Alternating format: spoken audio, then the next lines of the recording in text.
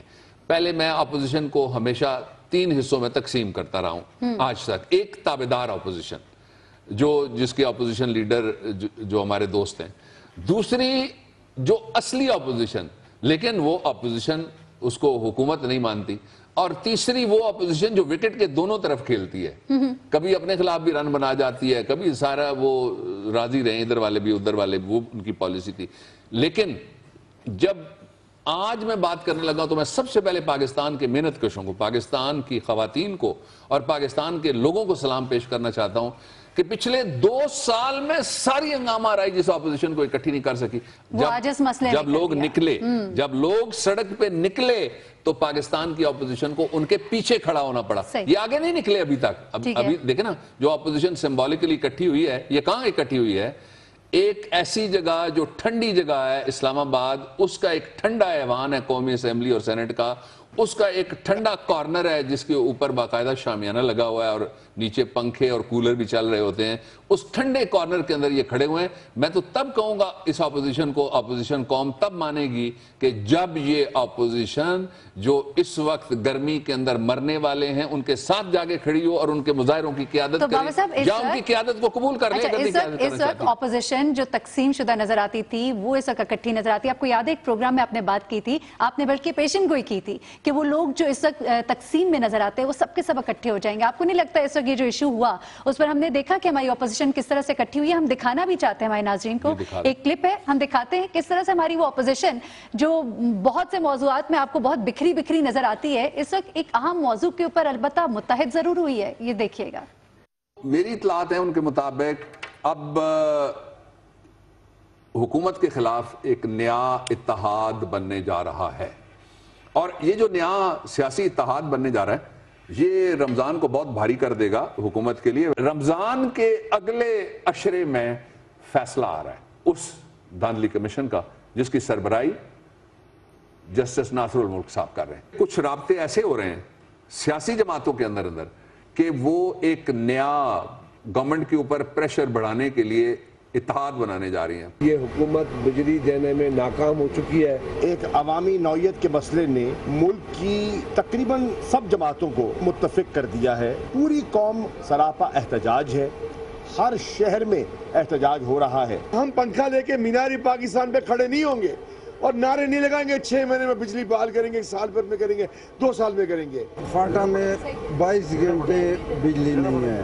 ساری اپوزیشن متحد ہو کے ایک زبان میں اس لوڈ شیڈنگ کے خلاف اکٹھی ہوئی ہے. 2 سال بعد بھی یہ صورتحال ہوگی. بجلی اس قوم کا مسئلہ ہے اور بجلی ان کو لیٹ ہوگی. ہم 6 مہینوں میں بجلی ٹھیک کر دیں گے, 3 مہینوں میں کر دیں گے, اب 2 سال گزر گئے.